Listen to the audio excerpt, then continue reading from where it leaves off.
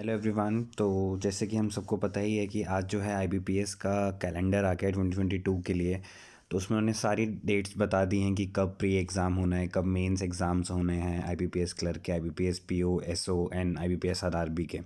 But उसके साथ साथ उन्होंने एक चीज़ ये और स्टार करके लिखी हुई है कि subject to not holding of CET by NRA for group B post.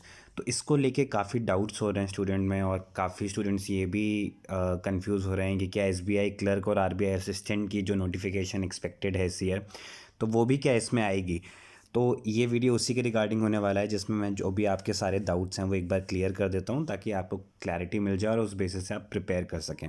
ठीक है, तो सबसे पहले तो आप डेट्स देख लीजिए। तो अगस्त से कैलेंडर जैसे हर बार स्टार्ट होता है वैसे ही स्टार्ट हो रहा है। तो जो आईबीपीएस असिस्टेंट आरआरबी के पेपर होने वाले असिस्टेंट और पीओ वाले, वो अगस्त सितंबर में ही होने वाले हैं, और क्लर्क का जो पेपर है वो भी अगस्त और सितंबर में है।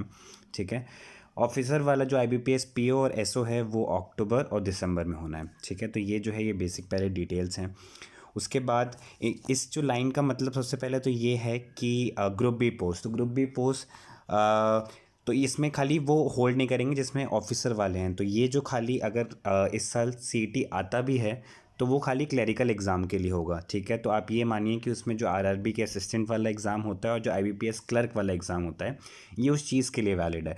तो अगर अभी तक तो कोई भी नोटिफिकेशन नहीं आई है, कोई भी अपडेट नहीं है इसके रिगार्डिंग, बट हाँ अगर ये चीज़ आती है तो आईबीपीएस क्लर्क और आरआरबी के लिए हो सकती है, असिस्टेंट वाले एग्ज़ाम के लिए। ठीक है, तो उसके बाद जो मेजर जो डाउट आ रहा है इस समय, क्योंकि ये आ रहा है कि एसबीआई क्लर्क और जो आरबीआई असिस्टेंट की नोटिफिकेशन आनी है, तो क्या उसमें भी ये चीज़ हो सकती है सीईटी की। तो देखिए इसके रिगार्डिंग अभी तक तो कुछ वैसे नोटिफिकेशन नहीं है, बट हाँ टेक्निकली देखें, अगर ये जो सीईटी एनआरए सीईटी है, अगर ये सारे बैंक एग्ज़ाम से अप्लाई होना चाहिए, तो ये एसबीआई के एग्ज़ाम्स और आरबीआई क्लर्क के एग्ज़ाम पे भी होना चाहिए असिस्टेंट वाले एग्ज़ाम के लिए। तो कुछ अपडेट नहीं है, बट हाँ अभी क्योंकि जैसे अभी कैलेंडर अब तक हमें जो पता है वो ये पता है कि असिस्टेंट के जो नोटिफिकेशन है आरबीआई की वो फेब या मार्च में आ जाएगी, और अप्रैल और मई में जो है वो एसबीआई क्लर्क की आने के चांसेस हैं।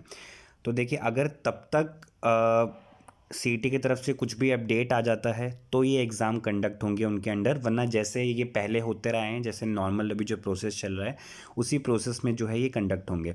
तो उसके लिए आपको टेंशन लेने की ज़रूरत नहीं है। अगर कुछ भी आता है बाद में तो उसके बेसिस पे जैसे भी सिलेबस आएगा, गाइडलाइंस आएगी, वैसे हम पढ़ सकते हैं।